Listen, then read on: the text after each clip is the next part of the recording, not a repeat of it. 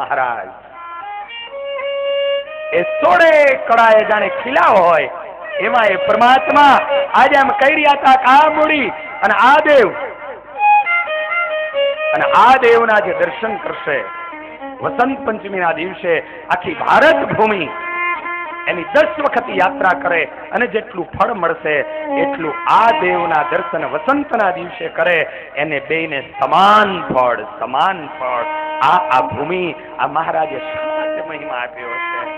आइए एवा ई देव एनी कांईक स्तुति करिए कि हे राधा कृष्ण देव, हे हरिकृष्ण महाराज, हूँ अहींया बैठो छू पण तमारी पासे कांईक केवुं मांगू छू कि मने तमे सदा तुम्हारी भक्ति देजो हे राधा कृष्ण देव। सदा तुम्हारी भक्ति देजो हे राधा कृष्ण देव। मैंने तुम्हारे चरणे ले जो हे राधा कृष्ण देव। तुम्हारे चरण ले जो हे राधा कृष्ण देव। सदा तुम्हारी भक्ति दे जो हे राधा कृष्ण देव।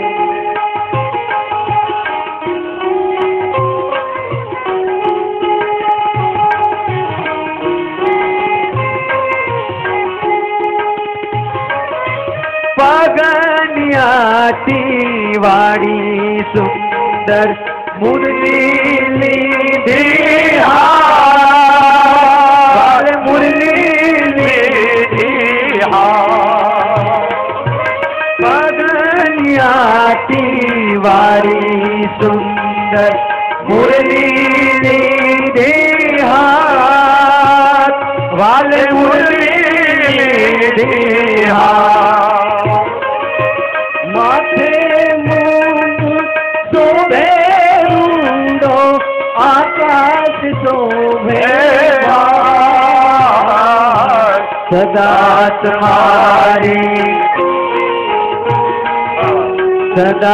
तुम्हारी भक्ति दे जो हे राधा कृष्ण देव। मैंने तुम्हारे चरणे जो हे राधा कृष्ण देव। आज प्रार्थना करिए आवी पवित्र भूमि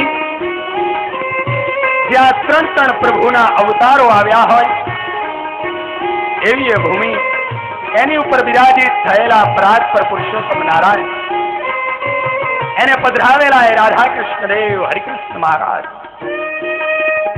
पगनी आटी वारी उभेलो ए भगवान बांसुरी ने हाथ में धारेलो भगवान ए पूनम के एकादशी ना दर्शन करिए तो सुंदर मजानो मुंगट होय अने विशाल आकाश जेवुं तेनुं भालो होय। आओ ए प्रभु एने एटली ज प्रार्थना कीजिए कि प्रभु जीवन में वसंत पंचमीओ जेवा दिवसों में तारे सुधी लई जजे जेने कारणे करी अरे हे प्रभु हूँ 10 वखत भारत भूमि की यात्रा करूँ एटलू मने फल मळे तारी पासे एटली प्रार्थना करूँ छूं। हे राधा कृष्ण देव मने एटली भक्ति देजे कि 12 महीना में वधारे नहीं तो एक वसंत पंचमी सुधी तारी झांकी करावजे, तारी झांकी करावजे। नित नित दर्शन तुम्हारा दे जो रेजो कायम प्रभु रेजो कायम नित नित दर्शन तुम्हारा दे जो रेजो कायम संगार वाला रेजो कायम पकड़ो भाऊ सागर माही पकड़ो मारो सदा तुम्हारी સદા તમારી ભક્તિ દેજો હે રાધા કૃષ્ણ મને તમારે ચરણે રહેજો હે રાધા કૃષ્ણ આવા પ્રકારની ભોજ મહાદેવ આ મૂર્તિઓ બસ એટલી જ સ્તુતિઓ કરીએ.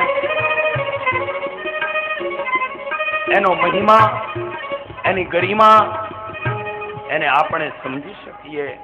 મહારાજ આજે અનંત આ મૂડી, એના મહિમાઓ, એના ચરિત્રો એ કહી રહ્યા છે. દરબારો એ માંગણી કરી હતી કે પ્રભુ આપ જેમ ગઢપુરની અંદર કીધું કે અમને રહેશો એમ અમે કહીએ છીએ, આપને સર્વસ્વ સમર્પિત કરીએ, પણ આપ અહીંયા રહ્યો, અહીંયા રહ્યો. મહારાજે કીધું તું મંદિર અહીંયા અમે બનાવીશું, અને મંદિરને બનાવ્યા પછી અમારા સ્વરૂપો તો હશે, પણ અમારા સંતો અહીંયા કેવા રહેશે? જ્ઞાની ધ્યાની સંતો રેમાં રહેશે મૂડીમાં. મૂડીમાં રે મૂડીમાં માં મારે મૂડીમાં. મૂડીમાં કેવું અવિનાશાનંદ સ્વામી લખે છે, નંદ સંતોના આ શબ્દો છે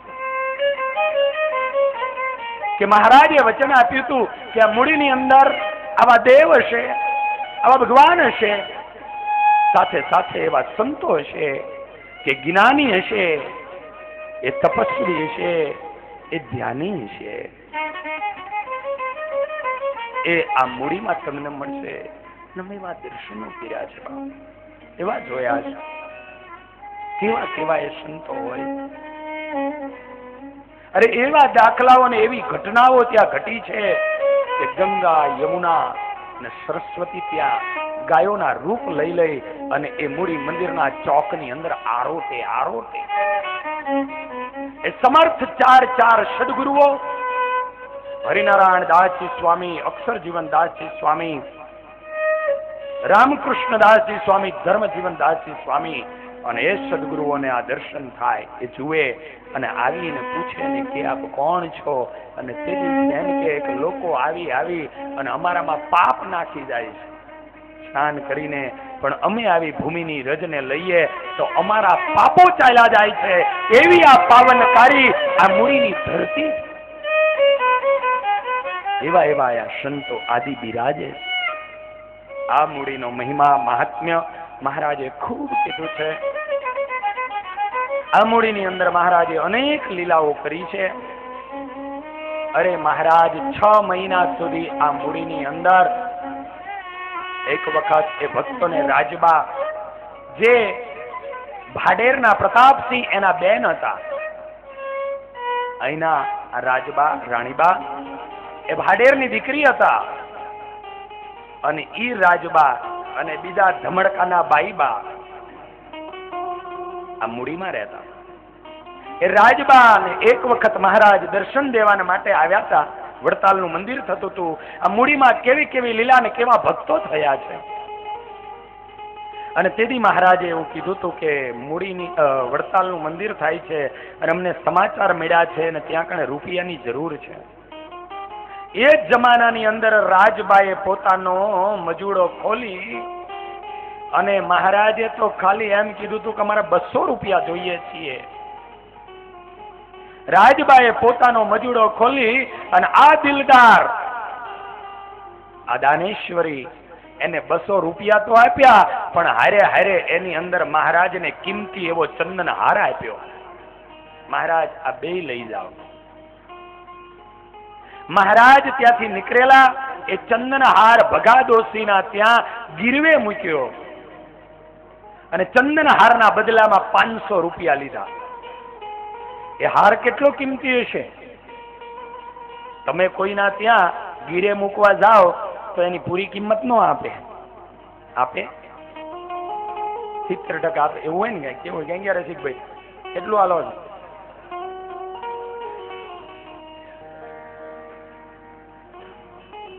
હોય 100% નો આપીએ. આપણે લેવા જઈએ તો પૂરું આપવું પડે. અરે ગીરે મૂકવા નહીં, વેચવા જઈએ તો એનું આવે 25,000 ભાવ બોલાને, પણ આપણને નો આવે. આજ